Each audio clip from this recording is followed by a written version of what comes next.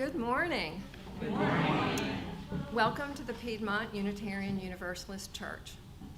Piedmont UU sits on the traditional lands of the Catawba, Kiawe, and Sugaree peoples. My name is Robin Mara, and I'll be service assistant this morning for Reverend Dr. Amy Rio. We are a flourishing, vibrant, and radically welcoming congregation which promotes diversity, inclusion, and social justice. We provide a safe haven for creative intellectual growth, spiritual development, and a deep sense of community for all who join us. We hope our liberal religious values will challenge you to join us as a community that lives boldly and acts justly.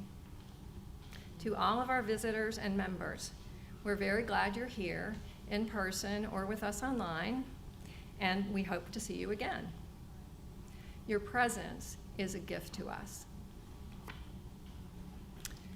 And our announcements today include, today is our 35th anniversary celebration of the founding of PUU. Our charter members, some of our charter members are with us today, and they'll help lead parts of our service, and we'll have a special cake during the fellowship time, so please be sure to stay and join us in celebrating. Next Saturday is Earth Day Fair in Salisbury, and our church will have a booth there. And if you haven't signed up to help, we hope you'll attend the fair and come visit us at the booth. And for other important information about our vibrant community, please see your order of service or check our monthly newsletter and weekly email announcements. Whatever brought you to this place at this hour, we welcome you. May you find something you need, and may you leave richer in spirit than when you arrived.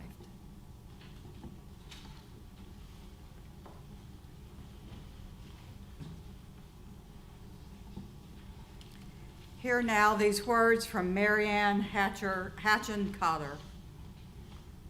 Welcome to this place of possibility.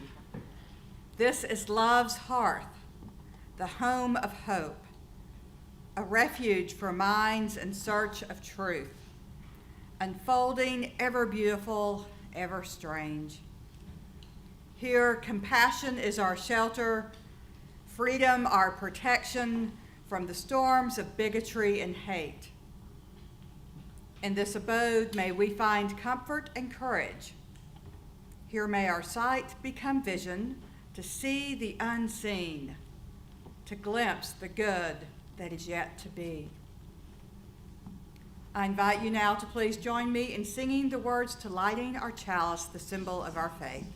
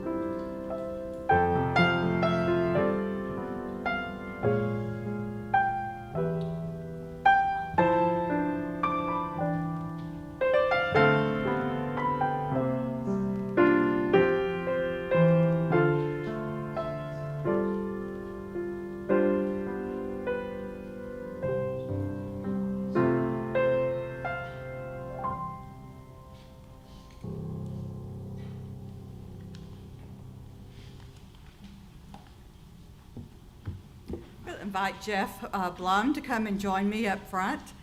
Jeff is one of our charter members, and he will tell us a little bit about our call to worship and the person who wrote it, and then we'll lead that for us.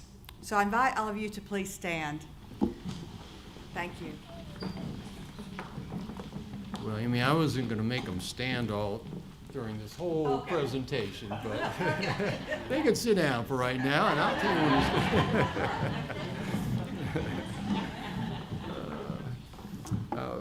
the call to worship was written by the Reverend William Schultz.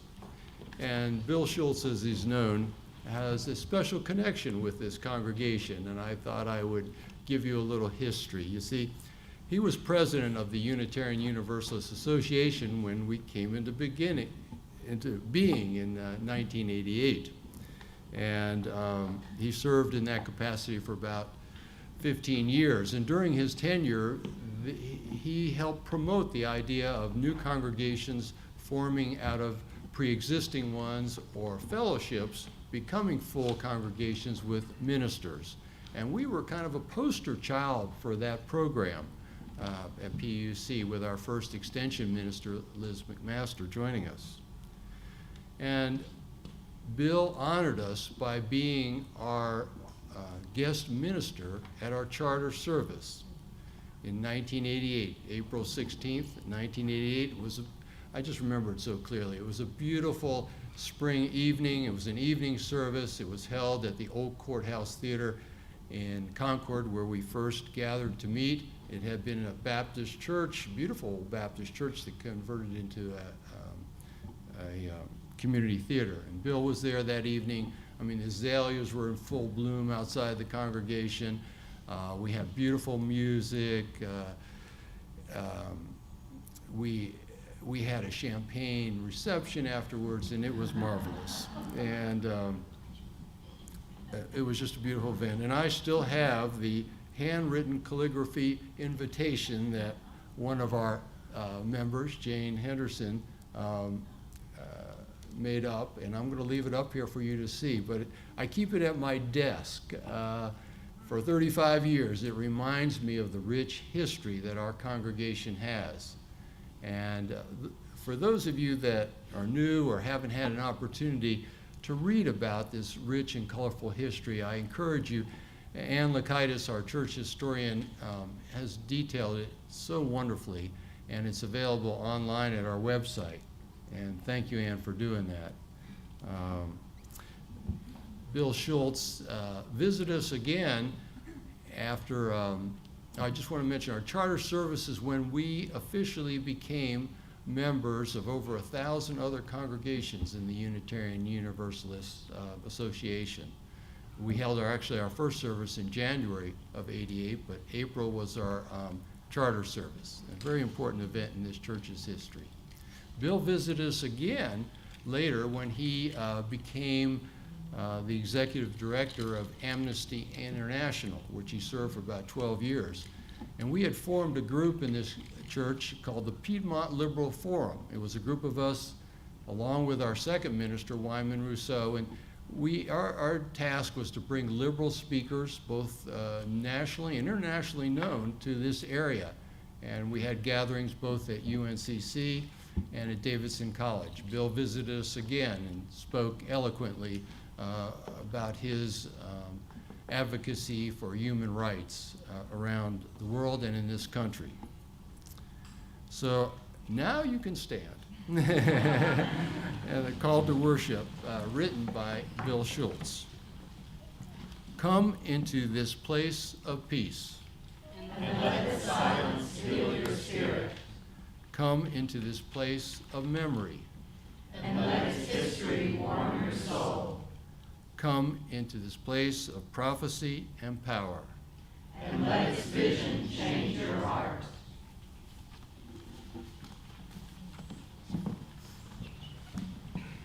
Let's remain standing. Thank you so much, Jeff. For our opening hymn, number 126, in our gray hymnal, Come Thou Fount of Every Blessing.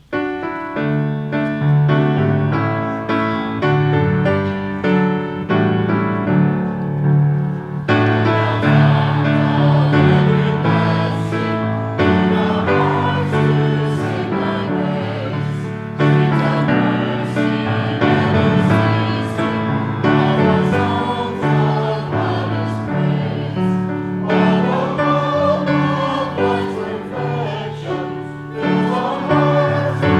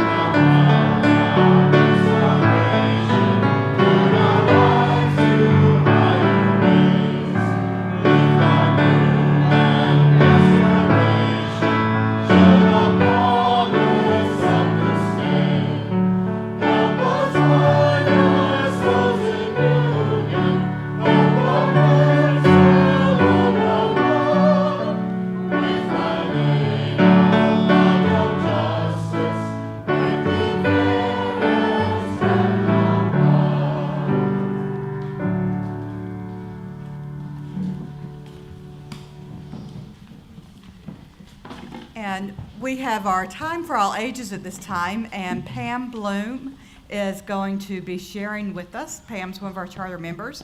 And so I invite anyone to come forward who would like to be present at the Time for All Ages. Okay.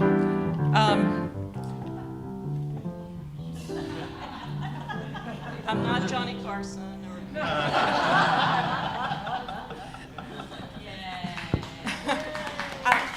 Thank you. I was just going to say that Amy asked that I talk to the children about our first service, at which I laughed because, to be perfectly honest, it was just kind of happenstance that John and I showed up. And if any of you celebrate Passover as we do, and you read the 4 questions, we would probably have been that child who was just totally oblivious to everything. So today is what brought us to Piedmont, but also I wrote it for 2 years old and up, and so bear with me. Once upon a time, long and long ago, I was a little girl, just 3 years old. I went to church with my parents, just like many of you come here today with your family. We had stories just like here, and I always had lots of questions once we went home. I was really curious about this person called God that showed up in most of our Sunday school lessons. We were Methodist. There were no pictures of him, but people did seem to think he was a man. I was a lucky girl because my parents raised me to be curious and ask questions. So my mama explained this God thing to me by walking around the yard and pointing to the birds and the grass and the trees and the birds and bugs and said, "This is God." And then she tapped me and said, "God lives in you, and it's what we call love." So when I grew up and became a mama, I decided that I wanted to find a church that would teach our son Evan about the love that lives in each of us. One Sunday, my husband John and I got up really early and went out to breakfast together. This was what we used to call a date when Evan went to visit his grandparents and we were alone. Because I grew up with good feelings about my church, I had been wanting us to go to church as a family. Well, John wasn't very interested because, one, he was perfectly happy to go out for breakfast on Sunday mornings, and two, not many churches that we knew about wanted someone who was Jewish to show up on Sundays at their church. Well, he looked at me and he did something called a dare. He said, "Why don't we go to this Unitarian church you keep talking about that's just started?" And I started making excuses. We weren't dressed correctly. We probably would get there late. And he just looked at me and he grinned, and there are many people here today that know that grin very well, and said, "Dare you?" And I looked back at him and laughed and said, "Let's go." So we did. John and I went to a new church that was meeting in Concord called Piedmont Unitarian Universalist Church. Talk about a tongue twister. And we met a group of people who didn't care what we were wearing, and they didn't tell us that we had to believe what they believed.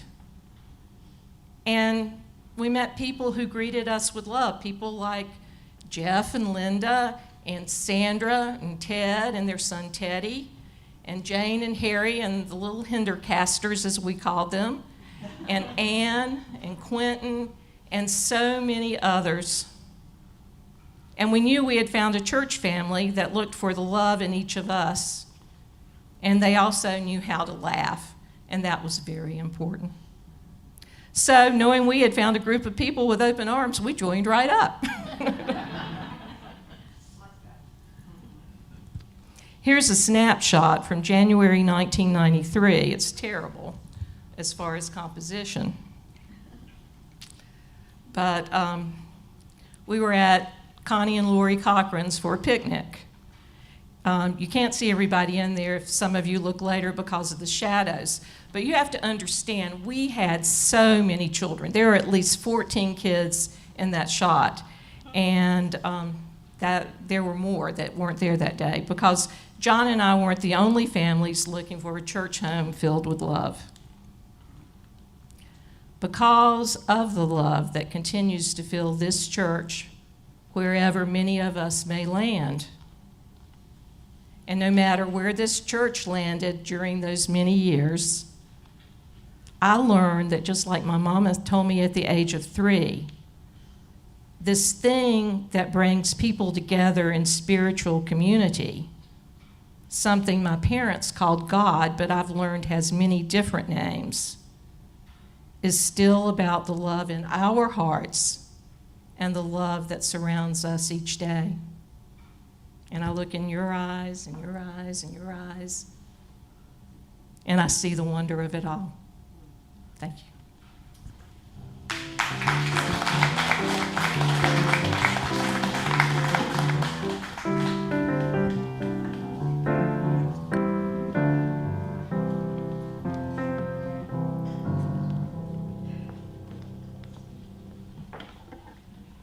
Pam, thank you so much. What a wonderful story, and I think we all can just visualize being there.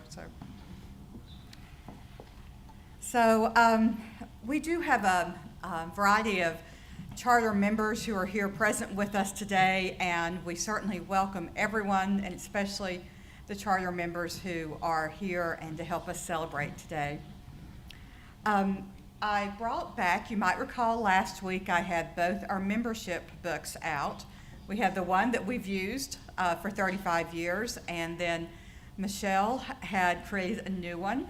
I've lost sight of Michelle, so there you are. Okay. And the new one was what our new members signed last week, so we have 9 new names in that book. It's over here by the chalice, both the books, and if you want to look at them after the service, you're certainly invited to do so. Now, at this time, we are going to light candles for the 4 charter members who had been with us throughout all these years and have passed since during this time.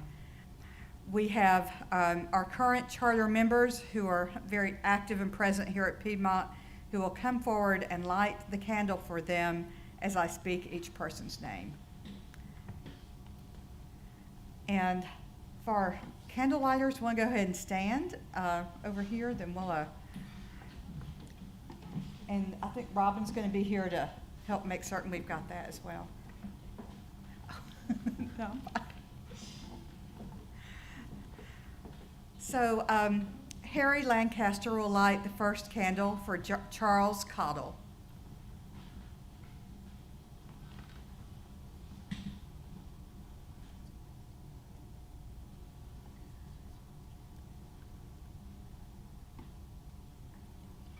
you want us to say anything about the people who are lighting the candle before? If you want to, Harry, that's fine. Yeah. The only thing I was going to say is Charles was just a very positive, outgoing, exuberant fellow who worked very well with Jeff, so we miss him. Thank you. And Pam will light the candle for John, who we just heard some wonderful stories about.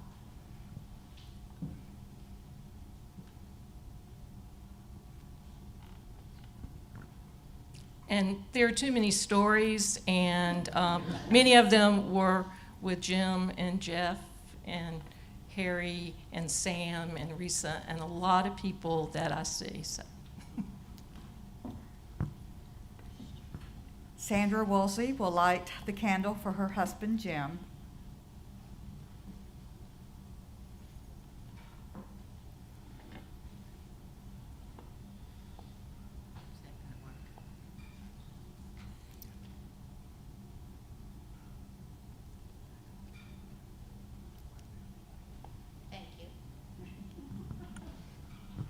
We all cherish Jim and always will. And Jeff will light a candle for Linda.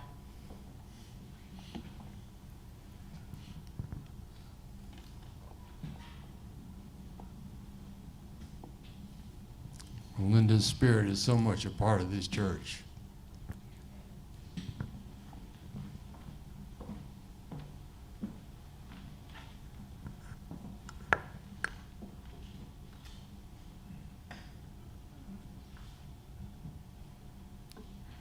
Yes, the spirit and the presence of these people who've gone before is still very much with us, here guiding us and filling us with so much joy.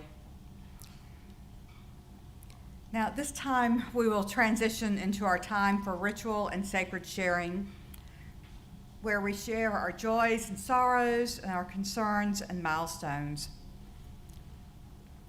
This week, we light a candle for the celebration of 35 years as a church community.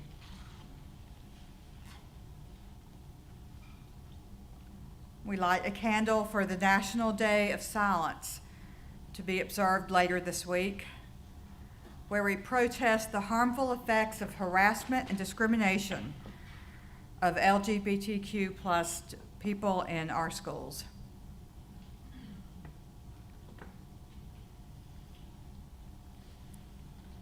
For Ann P.'s father with his health concerns.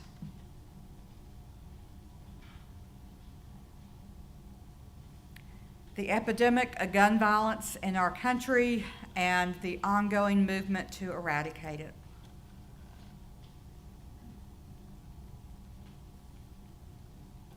The struggle for civil rights in Iran.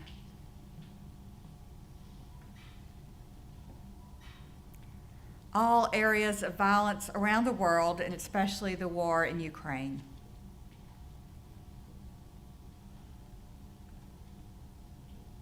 Now, at this time, I invite you to come forward if you so desire. You may drop a stone in our shared water, which is on the table by the wall, or you may fill out a prayer card and hang it on our prayer rack, or you may come forward and light a candle for your own joy or concern.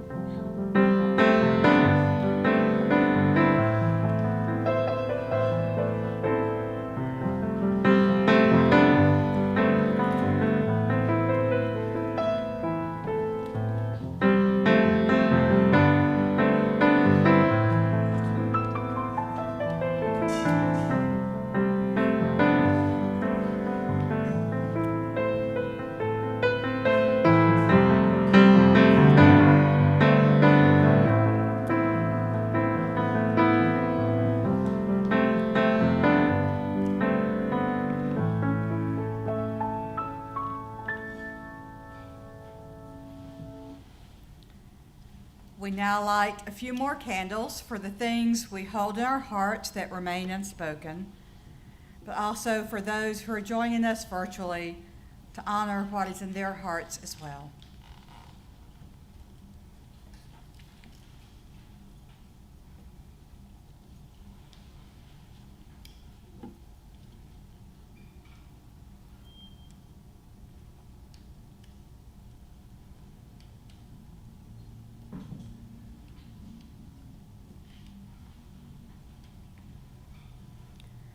At this time, I invite us into a time of silent, quiet rest or meditation or prayer.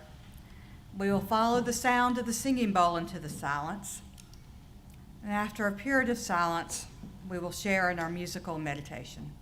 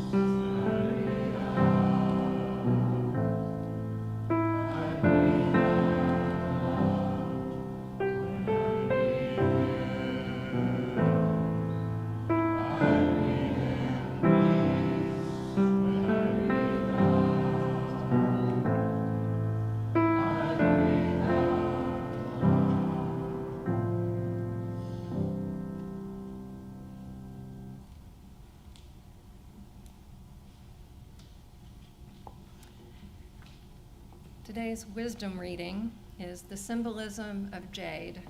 It's adapted from writings from the International Gem Society. An old gemological saying about jade states, If you take a hammer and hit a diamond, the diamond will shatter into a dozen pieces. Hit a piece of quartz, and it'll split in two. However, if you hit a piece of jade, it'll ring like a bell. Jade not only brings about pleasant listening, it's also known to create heavenly tones for ritual practices. Chinese poets have compared jade's melodious sound to the voice of a loved one. They've called jade the concentrated essence of love. Some ancient cultures viewed green jade as a source of wisdom and used it with death rituals. The ancient Egyptians, Mesoamericans, and the Chinese usually placed jade in the mouths of their departed. The green stones represented the heart. An interesting note, in the ancient chakra system for describing body energy, green represents the heart chakra. In ancient China, jade was widely used for medicinal purposes. It was thought to prolong and strengthen life. Zhu Shen, an ancient Han scholar, listed the 5 virtues of jade as charity, rectitude, wisdom, courage, and equity. Jade has often been considered the protector of generations. It's been called the gem supreme, jewel of heaven, and stone of the heart. It's become known as the gift for 35th anniversary.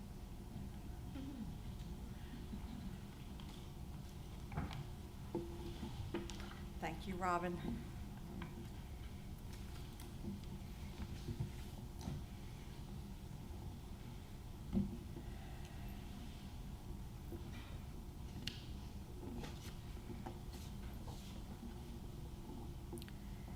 So 25 years ago, next month, my then husband and I traveled to southern China to bring home a wonderful little baby girl. Now, before we left, I collected as much information or advice as I could find from just everywhere I could find. The adoption agency, and especially other families who had already made this trek. Now, one recommendation I received was to pack lightly and to leave a whole lot of room to buy things so that our daughter would grow up surrounded by things from her homeland, and that every year for a birthday or homecoming day, we would have a present to give her. Now, I did buy a lot of things, and the price was really good too. So lots of art. Got one of the art pieces in my office if you come by. Traditional dresses of every single size for Ava as she aged. Got half a closet filled with these things, waiting for grandkids one day. And even jewelry. Now, China was known for very inexpensive green jade, and so I purchased a variety of pieces. Now, I kept one piece for myself, and I'm wearing that today. Some of the smaller pieces that I kept when Ava and her 2 closest friends, twins also adopted from China, when they graduated from college, I had these smaller pieces of jade made into necklaces and earrings as gifts for them. Now, the green jade reminded my triplets, as I like to call them, they reminded my daughters and me of their genetic homeland. It reminds them of a rich cultural history. It reminds them of biological ancestors. It is also a symbol of our new family, our family made through love. The strength and beauty and resilience that comes with that, just like jade. Now, green jade has been identified as the modern anniversary gift for a 35th anniversary. So I invite us to use this as a symbol for our church celebration today. We are imbued with beauty, strength, and resilience as a church community. We remember those who have gone before us, and we remember the qualities of Jade as the qualities of our church family: charity, rectitude, wisdom, courage, and equity. Now, as some people who are here today can tell us, a whole lot has happened in these 35 years. Many things our charter members would never have envisioned when they first signed that membership book. Now, many wonderful things have happened. Great love and compassion have been shown. People have fought for justice, and children have been nurtured and loved. And as with any history, there have been some challenging times, times steeped with struggle or even division. Times perhaps we have not lived up to the principles we hold so dear. But that's normal. We're all only humans. There are always going to be times that we don't live up and live into the best of who we are meant to be. It's important for us to remember that. Anytime we try to idealize a past, we set it up as something that's not really accurate and something that we can't live into in the future. It's important to remember our whole history. If we don't know our history, then we are severely hampered in stepping towards the future. Now, we are seeing this on a national level today. Our country has too often ignored its own evils with the genocide, slavery, and racism that are a core part of the founding of this country. How many of us, especially here in the South, were taught about Southern leaders of the Civil War, but not about the true plight of the enslaved? Or how many of us never learned about the schools, in quotation marks, where kidnapped indigenous children were taught they must eradicate who they were? How many places in our country have banned the teaching of a fuller history of our society? And how much damage is still being wrought from this intentional blindness to who we are as a people? If we ignore those shadows, we don't see our full self, and then we end up stumbling all over them.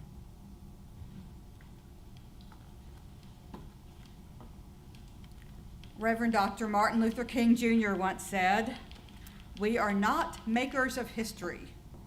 We are made by history." How has our history shaped us? As a society, as a church family? What are the things we celebrate, and what are the things for which we need forgiveness and reconciliation?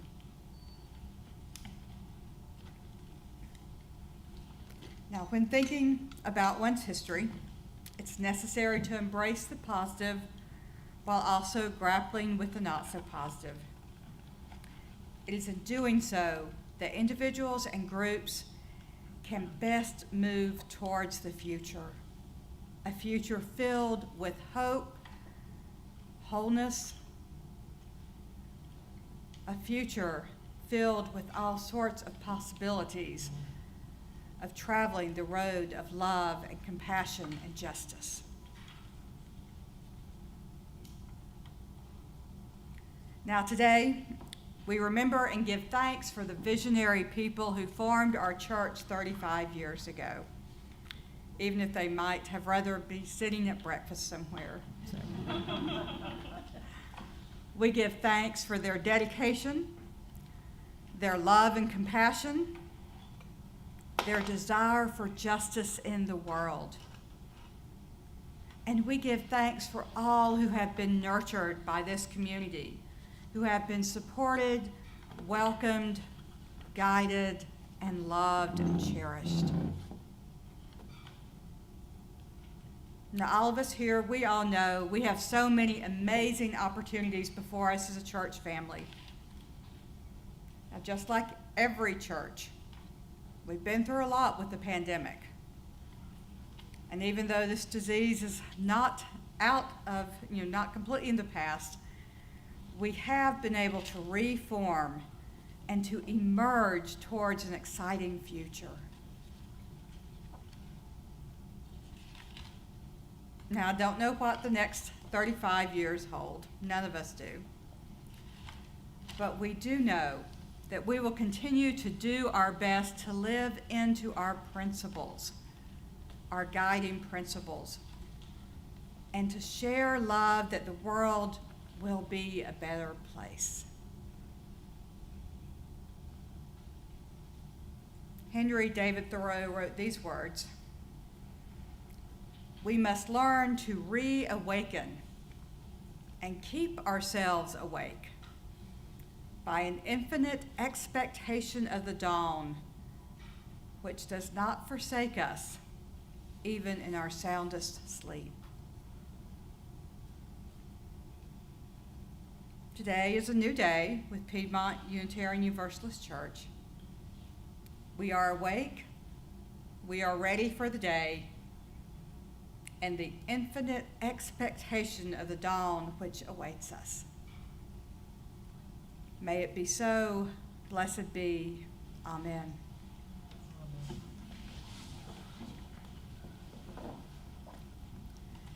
Now we have a very special musical selection right now.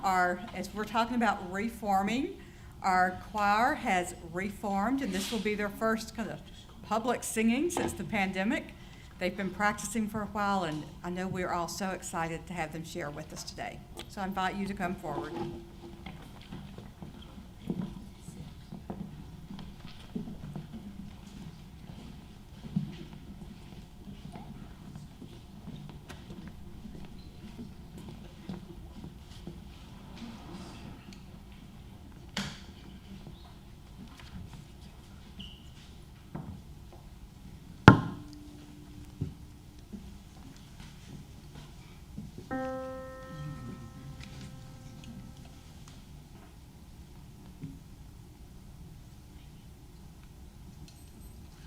As I went down to the river to pray, studying about that good old way, and who shall wear the starry crown, good Lord, show me the way. Oh, sisters, let's go down, come on down. Oh, sisters, let's go down to the river to pray. As I went down to the river to pray, studying about that good old way, and who shall wear the robe and crown, good Lord, show me the way. Oh, brothers, let's go down, come on down. Come on, brothers, let's go down to the river to pray. As I went down to the river to pray, studying about that good old way, and who shall wear the starry crown, good Lord, show me the way. Oh, fathers, let's go down, come on down. Oh, fathers, let's go down to the river to pray. As I went down to the river to pray, studying about that good old way, and who shall wear the robe and crown, good Lord, show me the way. Oh, mothers, let's go down, don't you wanna go down? Come on, mothers, let's go down to the river to pray. As I went down to the river to pray, studying about that good old way, and who shall wear the starry crown, good Lord, show me the way. Oh, sinners, let's go down,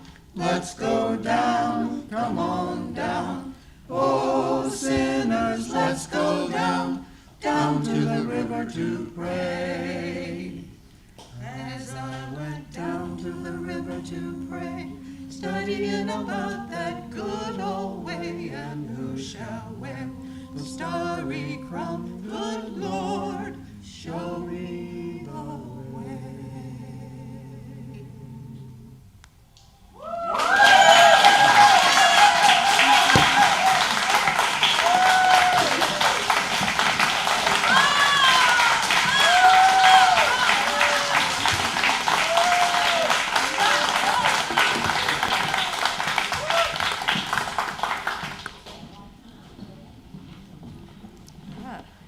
Amen.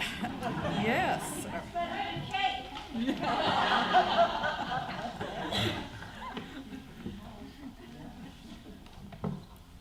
All right. I got so excited I've lost my notes. Okay. I know we need to take up an offering is what we just wanted to do that. So we're starting something new this month. On the third Sunday of each month, we are going to have a generosity moment. And each third Sunday, or generosity moment, we'll have a church member or family who will share in about what they love about Piedmont UU Church and why they want to be here and support it. Now, Jane Henderson and Harry Lancaster are, of course, charter members. Jane, unfortunately, cannot be with us today, but Harry's going to come forward and to share with our generosity moment.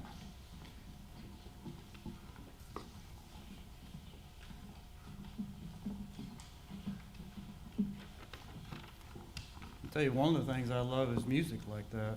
That was really nice. So as Amy said, Jane wishes she could be here, but there was an unexpected death in her mother's family, and she is with them in Virginia. But we worked on this together, and for those of you that know her, you probably can hear some of her thoughts coming out in this. As noted earlier, Jane and I are charter members of this church. We initially attended the Charlotte Church, and Sid Freeman, the minister at the time we were there, performed our wedding. When Jeff Blum and Charles Cottle began to organize the group that became this church, and since we were then living on the northeast side of Charlotte, we were intrigued. We wanted a warm and inviting spiritual community that welcomed people of various backgrounds. We wanted a place where we and our children could grow in a supportive religious community with a focus on spiritual growth and social justice, and that's what this church has been for us. As have many of you, we formed deep bonds working on committees that serve the church. We formed strong relationships from working on and in the various buildings that we have inhabited. We bonded in celebration of religious or pagan holidays in church or at members' homes, and from just trying to grow a church that we love and meets our needs. Our children, who are now adults in their 30s, have made some of their closest friends through this church. Our older daughter met her husband through church friends, and our granddaughters are now growing up in a UU church. We're grateful that our children learned their early UU values in this church. And although life and family circumstances have affected our ability to be active members in the recent years, we appreciate the positive leadership of the Board of Trustees and of our minister. This beloved community is more important than any one person or any one issue. We come here to exchange ideas, to explore and challenge our beliefs, and to grow in love for one another. Not only one another, but for our greater community and for the world at large. And for these reasons, and because we want other people to have the same opportunity to experience the sense of community that we have found here, we support and are grateful for the Piedmont Unitarian Universalist Church.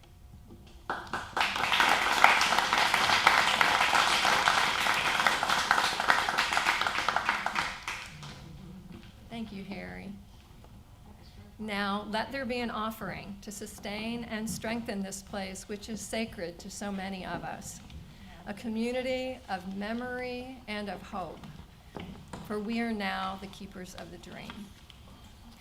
This month, we're sharing our offering plate with Happy Roots.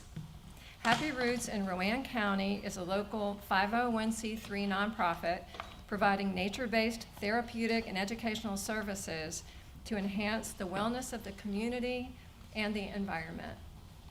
For more information, you can see happyrootsnc.org. We ask that you place your gift in the baskets as they make their way around the room, or you can wait and drop it into one of the baskets as you leave our space. And you're always welcome to give online at puuc.org or by texting PUUC at the number 73256. Today's offering will now gratefully be received.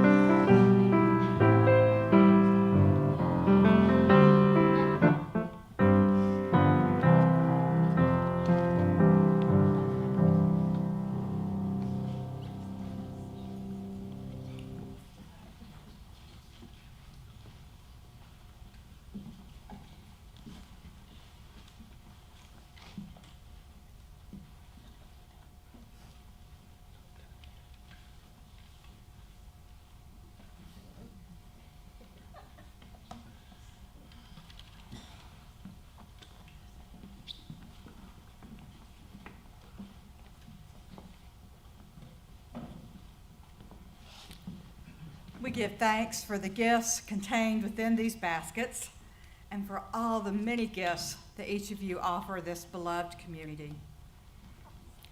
I invite you now to please stand as you are willing or able for our closing hymn, number 131 in our gray hymnal, Love Will Guide Us.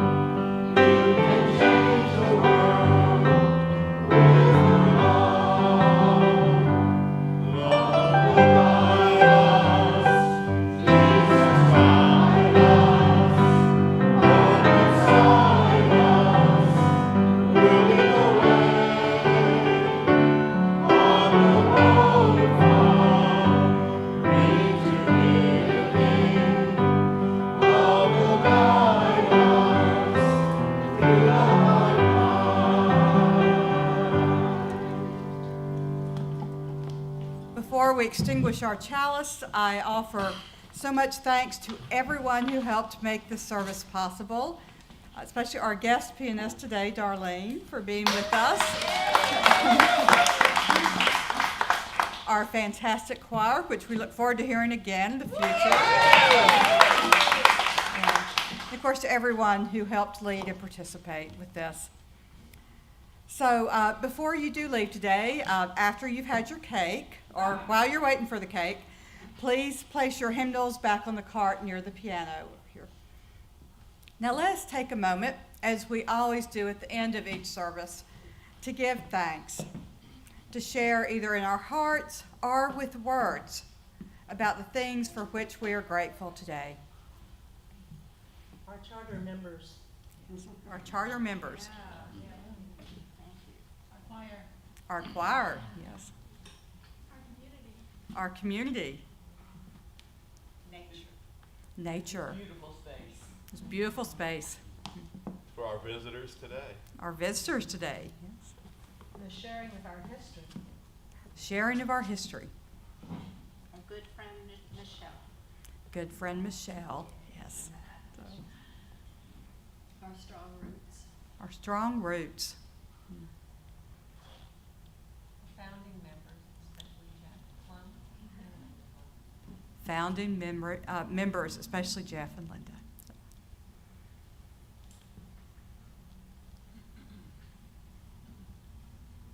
I know we give thanks for all this and so much more in this wonderful community, in this place that we are together today. Receive now this blessing from the words of Carl Seaberg. Through our temporary lives, the great currents of history run.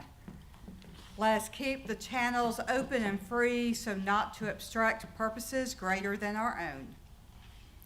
Let us keep our minds set upon the high goals that here bind us into one sharing fellowship of loving hearts.